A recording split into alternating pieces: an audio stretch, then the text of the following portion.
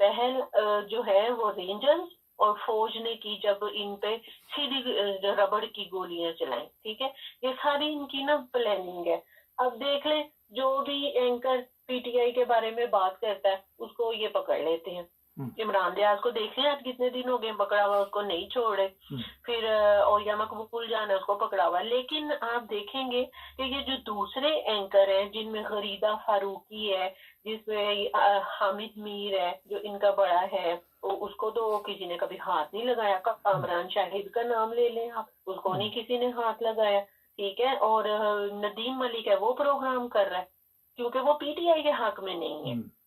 اس لیے جو P T I کے حق میں ان سب کو یہ اٹھا رہے ہیں اور زیر عتاب ہے. اب شیری مکاری کو انہوں نے پھر پکڑ لیا. اب کل فواد چودھری کے ساتھ کیا ہوا ہے, اور پھر جو فواد چودھری اپنی جان بچانے کے لیے ادھر عدالت میں گیا, جان بچانے کے لیے عدالت ہی گیا نا, لندن تو نہیں بھاگا نا اس کے باغ کی طرح, بگوڑے کی طرح. تو مریم نے اتنے ٹویٹ کیے, اتنا اس کا فن بنایا, اتنا اس کا مذاق اڑایا. اس کو شرم آنی چاہیے. یہ جو آج 13 جماعتیں ایک طرف کھڑی ہیں نا, ان کو خدا کا خوف نہیں ہے, ان کو مرنا بھولا ہوا. انہیں یہ نہیں پتا کہ آج اگر پی ٹی آئی زیر عتاب ہے تو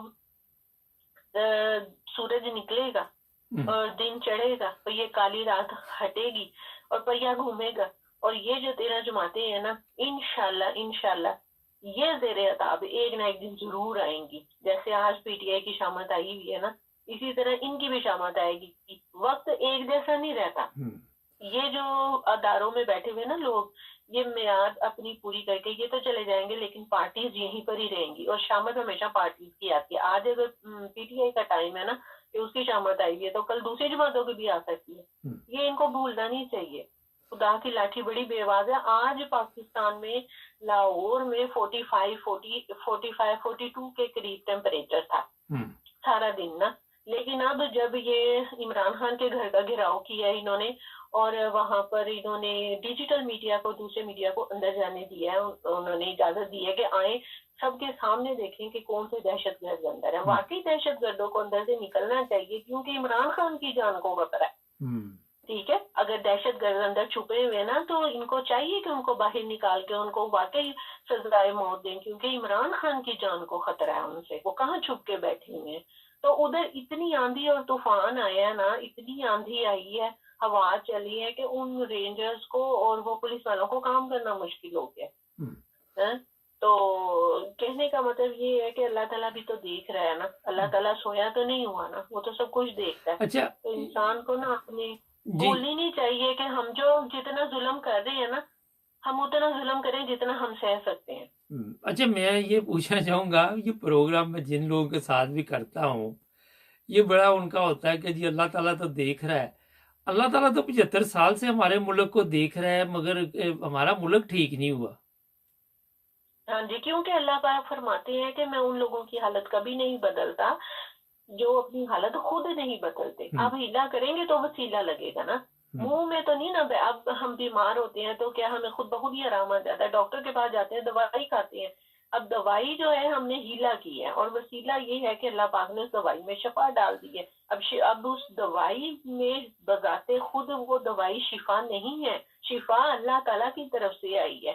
گھر بیٹھ کے ہم اپنی صحت کی دعا مانگتے رہیں گے تو صحت نہیں ملے گی جب تک کہ ہم ہیلا نہیں کریں گے. اچھا, مختصر جواب دیجیے گا. بے شمار نوجوان لڑکیوں کو, خواتین کو اٹھا لیا گیا ہے اور ان کے ساتھ ایسا سلوک کیا جا رہا ہے سوشل میڈیا پہ. آپ کیا سمجھتی ہیں کہ یہ جو کچھ کر رہے ہیں اس سے؟ آپ کی آواز نہیں آ رہی. اب آ رہی آواز میری؟ جی آ رہی آواز. آواز بند ہو گئی ہے. چلے, بہت شکریہ, بہت شکریہ. ناظرین, یہ حالات جو بھی بتائے جا رہے تھے, میرے پاس ایک ویڈیو آئی ہے فضل الرحمان کی. وہ بھی اسی طرح کی ہے جو ویڈیو آپ اکثر دھمکیوں میں سنتے ہیں کہ فلاں کی ویڈیو آنے والی ہے. اس کا ٹریلر جو ہے وہ سوشل میڈیا پہ جاری کر دیا گیا ہے, اور یہ ہے سب سے بڑی پرابلم جس کی وجہ سے فضل الرحمان نے لوگوں کو وہاں پہ اکٹھا کیا, اور فضل الرحمان کے کہنے پہ تمام لوگ وہاں پہ اکٹھے ہو گئے. اور بعد میں جب اس ویڈیو کی دھمکی دی گئی تو وہ ختم ہو گیا. میں نے یہ آپ کو صبح بتایا تھا, مگر ابھی سوشل میڈیا پہ وہ ویڈیو چل رہی ہے. یہ جو لوگ اسلامی نام لے کے کہ اسلام کی ہم خدمت کر رہے ہیں، ان کے اصلی جو چہرے ہیں اتنے بھیانک ہے کہ آپ اس کا تصور بھی نہیں کر سکتے۔ ابھی جو حالات بنے ہوئے ہیں اس میں لوگوں کو ڈرایا جا رہا ہے، جو 7,500 لوگ پکڑے ہوئے ہیں ان کے ذریعے دہشت ڈالی گئی ہے لاہور کے لوگوں میں اور پاکستان کے لوگوں کو کہ آپ عمران خان کا ساتھ چھوڑ دیں، اور پھر آپ عمران خان کو یہ گرفتار کرتے ہیں یا نہیں کرتے۔ ابھی تک تو ہمارے پاس یہ اطلاع ہے کہ گھیرا تنگ کیا گیا ہے، ہر طرف پولیس ہی پولیس ہے، گاڑیاں چیک کی جا رہی ہیں، جیسے ہی کوئی اس کے متعلق اور کوئی نیوز ہوئی۔ جس طرح ابھی محترمہ نے بتایا کہ وقت ایک جیسا نہیں رہتا، وقت تبدیل ہوتا رہتا ہے۔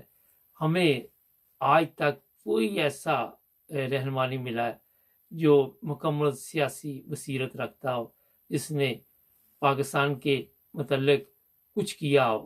عمران خان کے بارے میں کہا جا رہا ہے مگر اس کے پاس کہتے پاور نہیں تھی، وہیں کے وہیں ہم بھٹک رہے ہیں 75 سال سے۔ ہمارے چینل کو سبسکرائب کریں، جڑے رہیں ہمارے ساتھ تاکہ اور بھی پروگرام دیکھتے